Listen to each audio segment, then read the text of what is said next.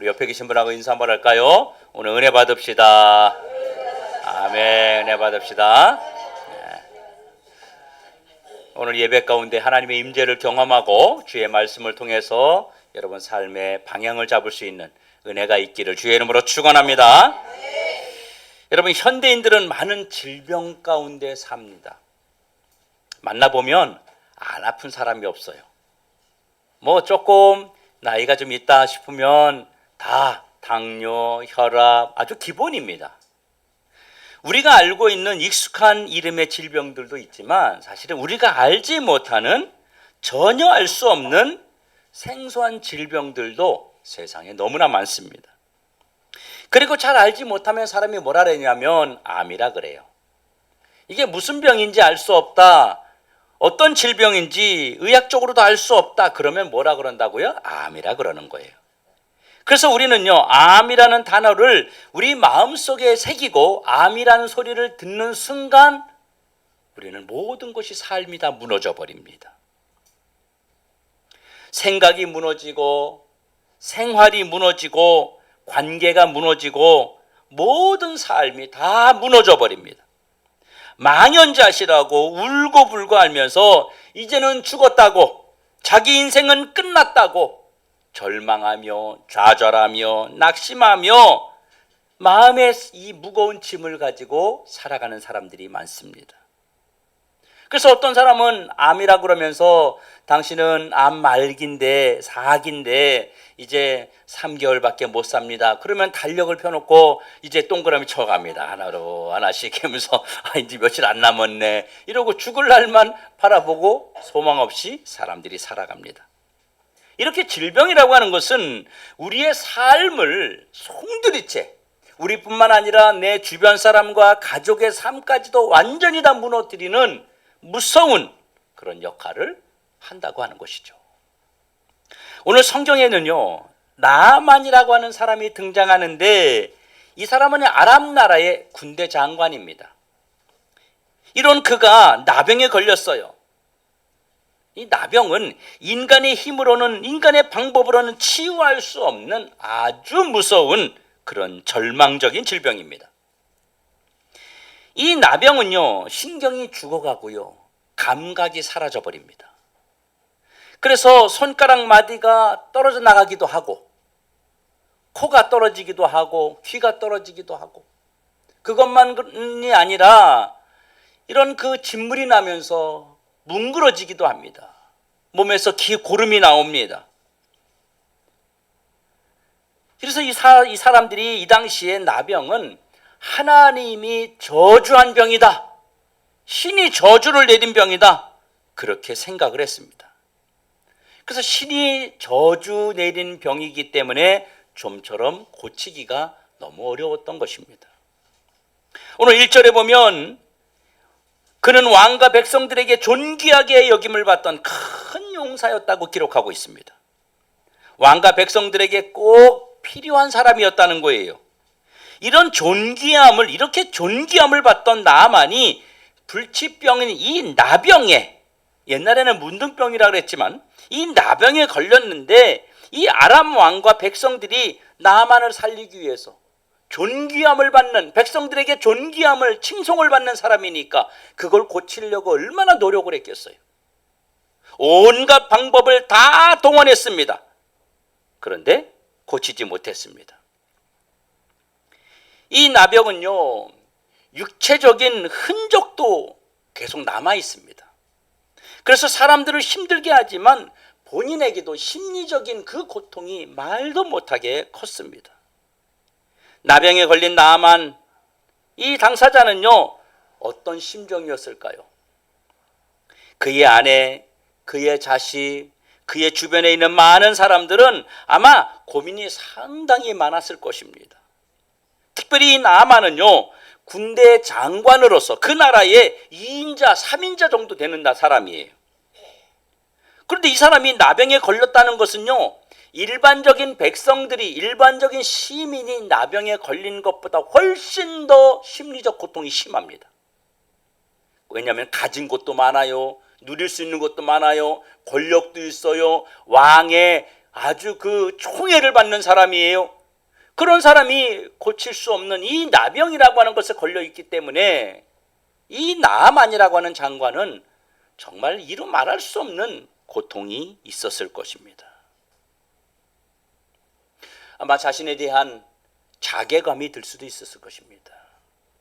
이런 그에게 어느 날 그 집에 잡혀온 어린 계집종 하나가 지나가는 듯이 한마디 하는 거예요. 뭐라고 말하냐면 우리 주인이 우리나라 사마리아에 계신 선지자에게 가면 나을 수 있는데 이렇게 말을 하는 거예요.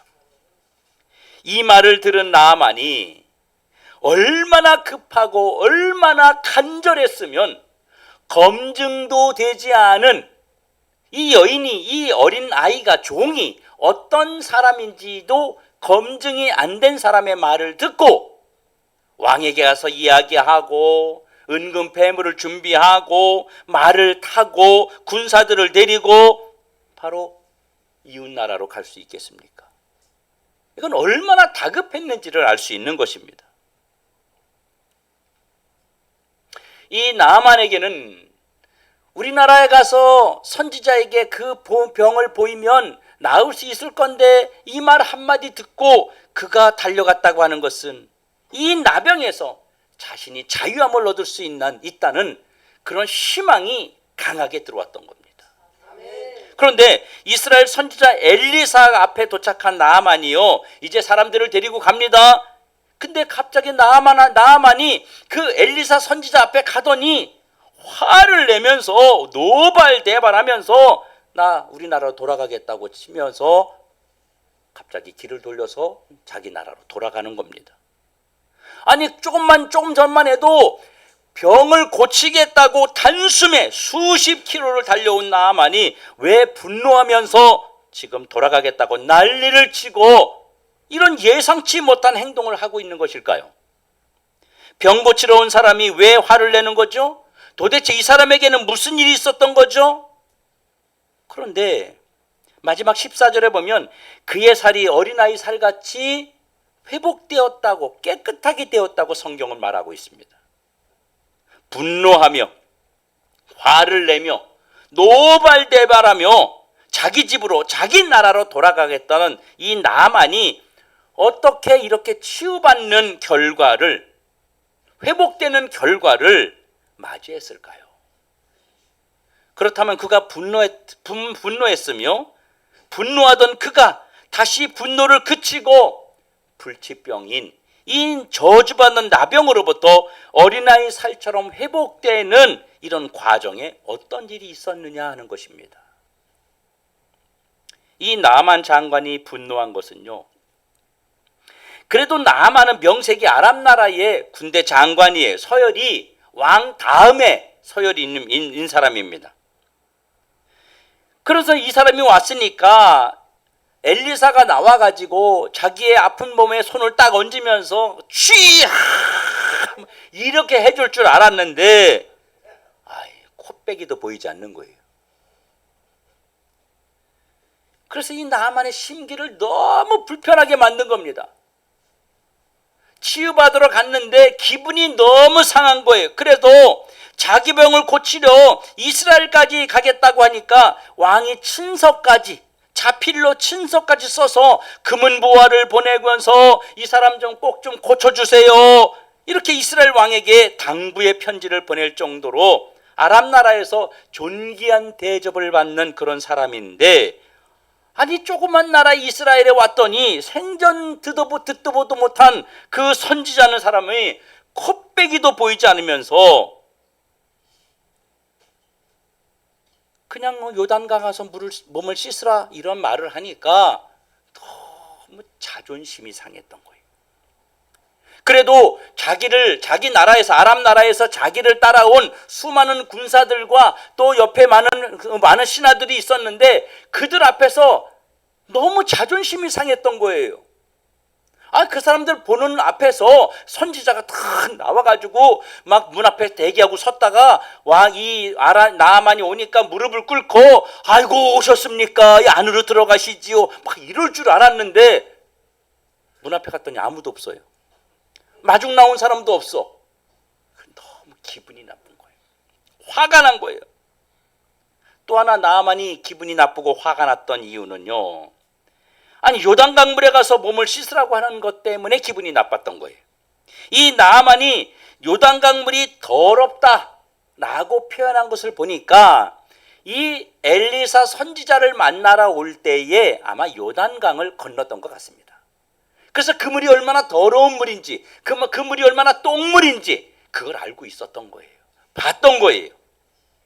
그래가지고 내 몸이 지금 고름이 나고 문둥병으로 진물이 나오고 엉망진창이고 냄새가 나고 몸이 썩어가고 있는데, 저 더러운 물에 가서 내 몸을 씻으면 내 몸이 낫는 게 아니라 더 병에 걸리겠다. 더 질병이, 병균들이 나에게 몸에 붙어서 내가 더 살 수 없는 상황이 되겠다. 그래가지고 이러다가는 내가 완전히 죽겠다는 내 생각 때문에, 내가 알고 있는 상식 때문에, 내 경험 때문에 지금 나아만은 나병보다 더 무서운 병에 걸려 있었던 거예요.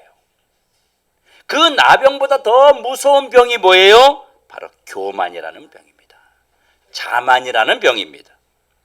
이 병요 굉장히 무서운 병입니다. 이 교만이라고 하는 병이요 엄청나게 무서운 병이에요. 자신이 지금 죽어가고 있는데, 자신은 지금 살이 썩어가고 있는데, 이 교만이라고 하는 것 때문에 내가 차라리 병들어 죽으면 죽었지 내가 저 사람 말을 못 듣겠다, 이런 교만으로 자신의 병을 고칠 생각을 하지 아니하고 집으로, 고향으로 온 자기 나라로 돌아가고 있었던 것입니다. 여러분, 교만이라고 하는 이 병은요 진짜 고치기 어려운 병입니다. 혹시 여러분에게 이 병이 있습니까? 이 병이 있다면 버리셔야 됩니다. 무서운 병입니다. 고치기 힘든 병이에요. 지금 모든 수단과 방법을 동원해서라도, 그 앞에 가서 엎드려서라도, 선지자의 발을 붙잡고 사정해서라도 나 좀 살려주세요, 고쳐주세요라고 해야 되는 거예요. 그런데 마차를 타고 와서 마차에서 내리지도 않은 상태에서 지금 기분이 나빠가지고 교만해가지고 자기 나라로 돌아가겠다고 하는 것입니다. 나아만은 이렇게 생각했어요. 이 엘리사라고 하는 하나님의 종이 자기 앞에 나와서 자기를 극진하게 대우하면서 몸을 어루만지면서 치료할 줄 알았는데, 코빼기도 보이지 않으니까, 그리고 저 요단강에 가서 7번 몸을 씻으라고 하니까 너무 기분이 나빠가지고 화가 나가지고 견딜 수가 없었던 겁니다. 여러분, 이랬던 나아만이 어린아이 살같이, 여러분 애기들 살 얼마나 이쁘면, 만지면 얼마나 이뻐요, 그렇죠? 지나가는 애기들 이렇게 발 내물고 있는데 그 발 살갗 만져봐요. 애가 혀를 내미는데 혀가 막 투명해. 얼마나 혀가 깨끗한지 우리 다 경험했잖아요. 그 혀 그냥 만져보고 싶은데, 내가 지하철 엘리베이터에서 애기가 너무 이뻐가지고 이렇게 만졌더니 왜 만지지 말라고, 우리 아내가 만지면 큰일 난다고 막 조용히 얘기해야 되는데 그 앞에서 그러니까 민망해가지고 내가 그렇게 애기 살처럼 완전히 회복되는, 깨끗하게 되는 그런 결과를 맞이하는 곳에는 그를 도와주는 동역자가 있었습니다. 동역자들의 믿음이, 그런 음성이 있었기 때문에 이런 기적이 일어났음을 믿으시길 축원합니다. 그러면 나아만 옆에는 어떤 목숨을 건 동역자들이 있었을까요? 첫 번째 목숨을 건 동역자는 나아만 집에 있는 어린 계집종이었습니다. 그녀는 나아만에게 가면 됩니다. 이스라엘에 가면 됩니다. 선지자에게 가면 됩니다. 사마리아에 가면 됩니다. 주인님, 가면 됩니다. 가면 됩니다. 그의 집에 있는 그 어린 소녀는 목숨을 걸고 나아만을 향하여 믿음의 음성을 전달했습니다. 이 당시에 종은요 사람 취급받지 못했어요. 그냥 하나의 물건이었어요. 그리고 어린아이예요. 아주 어린아이예요. 그러니까 이 아이가 말 잘못했다가는 지금도 힘든데 그냥 죽을 수가 있는 거예요. 감히 이 나라의 서열 2번째 권력을 가지고 있는 사람에게 쓸데없이 말을 걸어? 쓸데없는 말을 해? 그러면서 화난다면 어떻게 할 뻔했어요? 자신은 죽을 수도 있는 것입니다. 주인을 살리려고 사마리아에 가면 된다고 이 어린 소녀의 음성은요, 나만을 살리시려는 하나님의 음성이었고, 하나님이 그 어린 소녀를 나만의 동역자로 그 집에 숨겨둔 것이었습니다. 그래서 나만은요, 가면 됩니다. 이 가면 된다는 계집종의 말을 누구의 음성으로 들었어요? 나를 살리는 하늘의 음성으로 들었던 겁니다. 그래서 나만은요, 가면 된다는 이 어린 여종의 음성을 듣고 사마리아로 갔고, 선지자 엘리사에게 갔기에 결국은 살아나는 길이 열리게 된 것입니다. 만약에 어린아이의 소리라고 무시하고 듣지 않았다면 어떤 결과도, 어떤 기적도 나아만에게는 일어나지 않았습니다. 나아만 옆에 이런 하나님이 심겨놓은 동역자가 있었기 때문에 나아만에게 이런 기적이 일어난 줄로 믿으시길 축원합니다. 또 하나, 이 나아만은요, 소녀의 음성을 듣고 사마리아에 있는 하나님의 선지자 엘리야를 찾아왔습니다.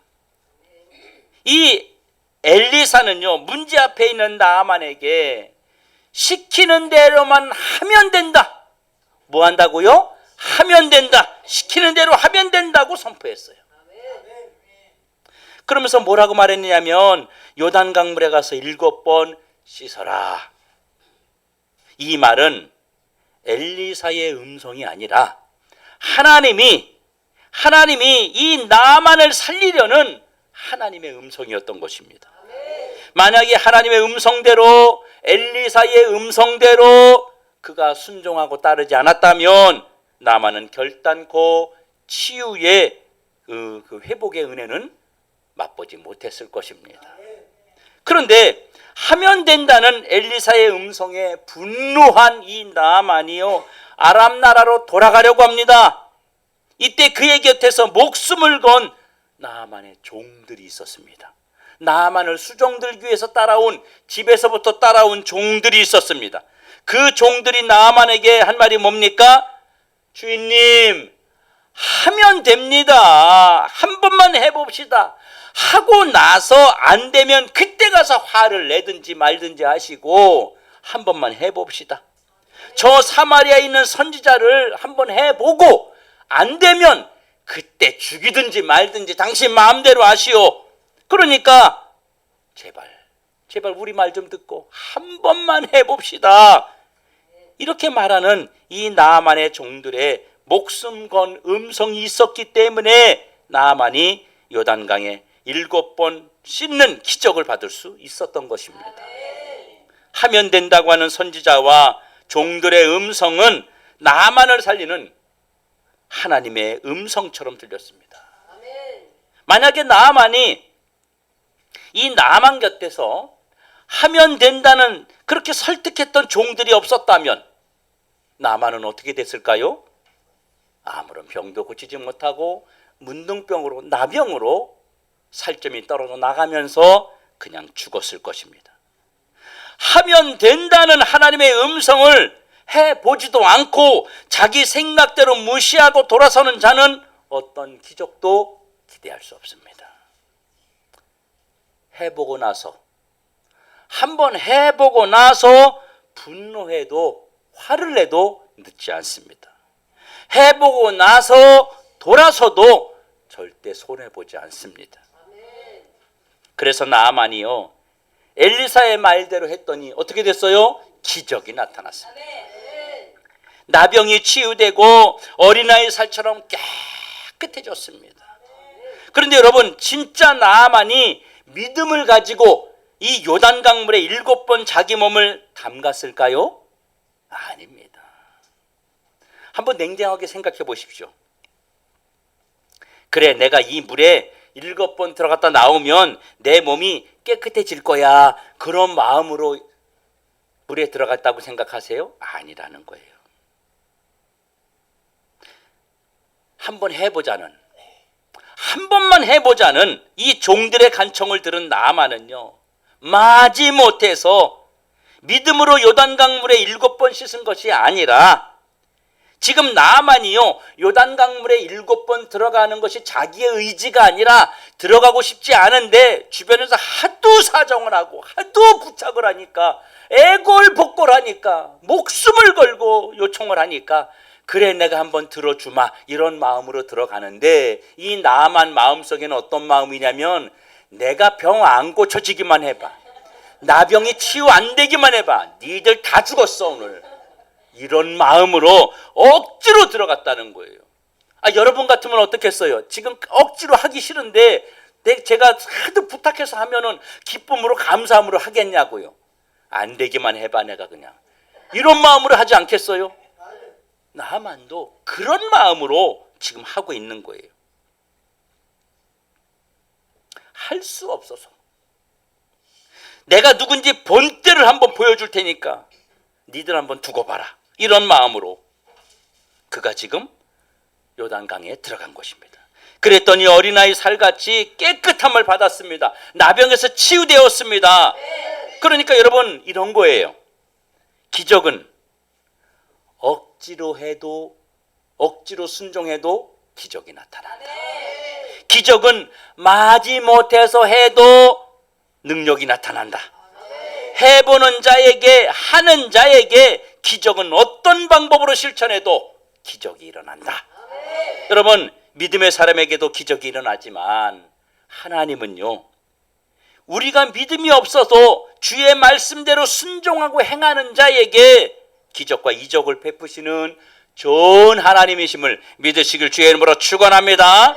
말씀대로 사는 자에게는요 말씀을 주신 그 하나님께서 반드시 결과를 주신다는 사실입니다. 말씀을 하나님이 하셨어요. 그럼 그 말씀을 듣고 억지로라도 그 말씀대로 순종하면 그 말씀 하신 하나님이 책임진다는 사실입니다. 사랑하는 성도 여러분, 여러분 곁에 지금 누가 있습니까? 여러분 주변의 사람들은요 내가 어려움을 당할 때, 시험에 빠졌을 때, 분노하거나 내 생각을 버리지 못했을 때 여러분 옆에서 어떤 말과 어떤 행동을 합니까? 바른 방향을 제시하는 자가 있습니까? 끝까지 내 곁에서 나를 살리는 소리를 내고 있는 사람이 있습니까? 그냥 방관하거나 나를 떠나버리는 자는 없습니까? 네 일은 네가 알아서 해라. 이거 피곤한 얘기를 자꾸 나한테 하냐? 이 듣기 싫은 얘기 자꾸 하냐? 그러면서 나를 놔버리는 사람 없습니까? 우리가 무너질 때, 우리가 방황할 때, 우리가 시험 들었을 때 내 힘으로 도저히 할 수 없어서 주저앉아 있을 때, 그럴 때 우리가 얼마나 많아요. 그럴 때가 우리 삶에서 너무 많잖아요. 이때 내가 힘들고 지쳐 있을 때 나에게 바른 이정표를 제공하는 사람이 있느냐는 겁니다. 내가 힘들고 지쳐 있을 때 내 옆에 누가 있느냐는 내가 사느냐 죽느냐를 결정하는 중요한 사람이 된다는 사실입니다. 그래 너 화났지? 너 그럴 수 있어. 그래? 확 때려쳐버려. 잃어버리면 그거 뭐예요? 같이 죽는 거예요. 그거는 그냥 직장에서 승질 나가지고 때려쳐버려. 이러면 어떻게 되겠어요? 그건 도움 안 되는 겁니다. 그런가 하면 아니야, 너 정신 차려야 돼. 너 지금 잠깐 화날 수 있어. 그렇지만 그러면 안 돼. 이렇게 우리의 삶을 바르게 제시하는 그런 사람이 여러분 곁에 있느냐고요. 시험 들어서 목사님이 꼴보기 싫고 권사님도 꼴보기 싫고 집사님도 꼴보기 싫은데 그때 여러분 혼자 그 문제를 해결할 수 있습니까? 해결이 안 됩니다. 우리는 절대로 나 혼자 그런 문제를 해결할 수가 없습니다. 그때 내 곁에 누가 있느냐가 아주 중요해요. 그래 목사님이 너 같은 것이 관심이 있는지 아냐? 이래버리면 어떻게 되겠어요? 너도 그러냐? 나도 그런데? 이러면 어떻게 되겠어요? 그럼 다 망하는 거예요. 그런데 그때 여러분 곁에서 누군가 우리 같이 일어서자, 우리 같이 한번 회복하자, 그래도 교회 가자, 그래도 하나님 앞에 매달리자, 이런 믿음의 동역자가 있을 때 나도 살고 너도 살고 우리가 모두 다 같이 살아나는 역사가 나타난 줄로 믿으시길 축원합니다. 그리고 끝까지 내 곁을 지키는 자가 있습니까? 여러분 곁을 끝까지 지켜주는 자가 있습니까? 좋을 때는요, 나와 함께 하죠. 먹을 때는요, 나와 함께 합니다. 놀러 갈 때는요, 나와 함께 합니다. 그런데 내가 힘들고 지칠 때 나를 패대기 쳐버리고 도망가 버리는 그런 사람들만 있을 뿐, 정말로 내 인생의 마지막 순간까지 나를 지켜줄 사람이 있느냐 그 말이에요. 곰곰이 한번 생각해 보세요.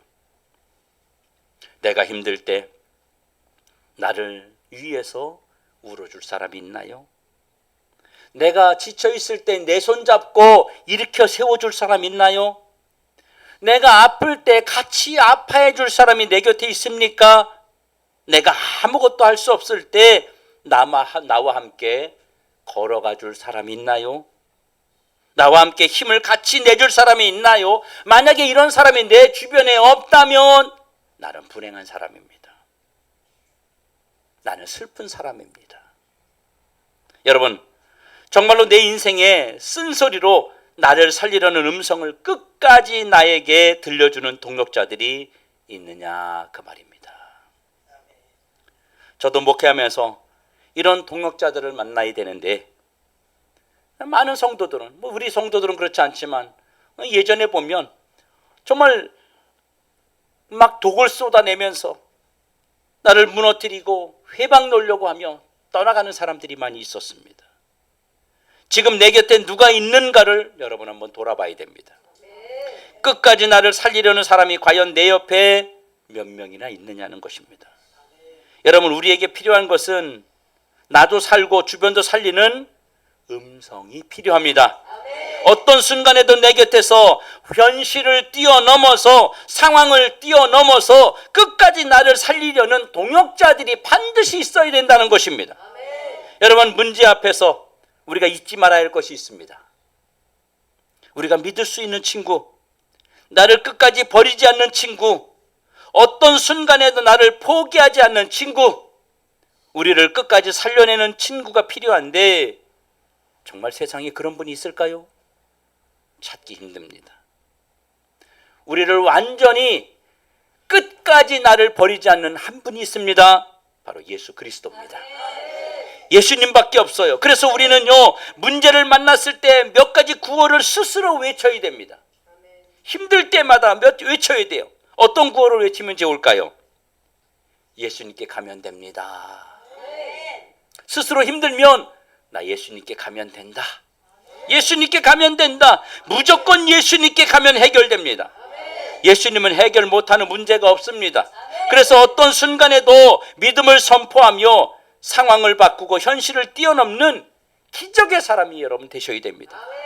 그리고요, 말씀대로 하면 됩니다. 말씀대로 하면 된다. 말씀대로 하면 여러분 기적이 일어납니다. 이것이 예수님이 나를 살리는 처방이에요. 주님은 그러십니다. 말씀대로만 따라가면 된다.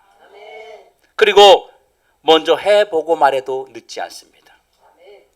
안 된다고 말하지만 말고, 에이 그거 안 돼, 그거 힘들어, 그거 못하지, 그거 어쩌게 해, 내가 옛날에 해봤어, 이러기 전에 먼저 해보고 말하자는 거예요. 여러분, 기적은 억지로 해도 일어납니다. 억지로라도 움직이는 자에게 문제가 떠나가고, 억지로라도 움직이는 자에게 기적이 일어나는 거예요. 여러분, 힘들다고 내 마음에 안 든다고 가만히 있으면 문제가 해결됩니까? 기적이 일어납니까? 안 그럽니다. 움직일 때 기적이 일어나는 겁니다. 그래서 우리가 힘들 때마다 예수님께 가면 됩니다. 말씀대로 하면 됩니다. 해보고 나서 말합시다. 억지로 하면 문제가 떠나갑니다. 이 네 가지 구호를 외치면서 승리하기를 축복합니다. 이것을 여러분이 늘 기억하고 이것을 삶의 슬로건으로 삼는다면 여러분의 크고 작은 문제들이 오늘 여러분 속에서 해결되는 은혜가 있음을 믿으시길 바랍니다. 성도 여러분, 내 생각대로 하면 망합니다. 내 방법대로 하면 망합니다. 내가 아는 대로 하면 망합니다. 내가 아는 대로 한다면 모든 것이, 아무것도 이루어지는 것이 없습니다. 오직 주님 말씀 붙잡고 예수 그리스도가 나의 참된 동역자가 되고 또 더드림교회 교우들이 나의 믿음의 동역자가 되어서 승리하는 여러분 되기 원합니다.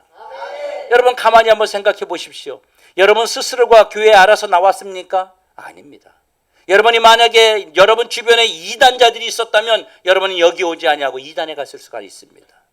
여러분 우리 몸이 아플 때 병원에 갈 때도요, 내 몸에 어디 아픈데 그러면 어디를 어느 병원을 추천해 주고 어느 의사를 추천해 주고 어떤 약을 추천해 주고 어떤 민간요법을 추천해 주고 그것 때문에 살아난 사람들이 있습니다. 그런데 잘못 알려주면요 어떻게 돼요? 몸이 다 망합니다. 망가집니다. 그런 것처럼 내 주변에 누가 있는지가 중요하니까 내 주변에 우리 믿음의 형제들이 있음을 기억하고 주변에 있는 모든 사람들, 우리 더드림교회 모든 성도들이 나의 신앙의 동역자가 됨을 깨닫고 함께 살아가는, 함께 승리하는 저와 여러분 되길 주의 이름으로 축원합니다. 우리 기도하면서 함께 나아가겠습니다. 오늘 주 앞에 주신 주님이 우리에게 주신 말씀을 기억하면서 주님 나에게 동역자를 주옵소서. 성령님 나를 살리는 동역자를 주시옵소서.